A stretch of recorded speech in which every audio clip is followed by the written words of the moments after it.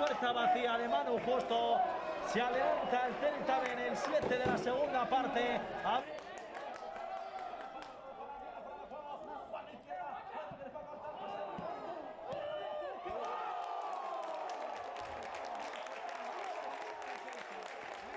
El Celta, podríamos ir fácil 6-0, o espabila el Zamora en defensa, o esto es una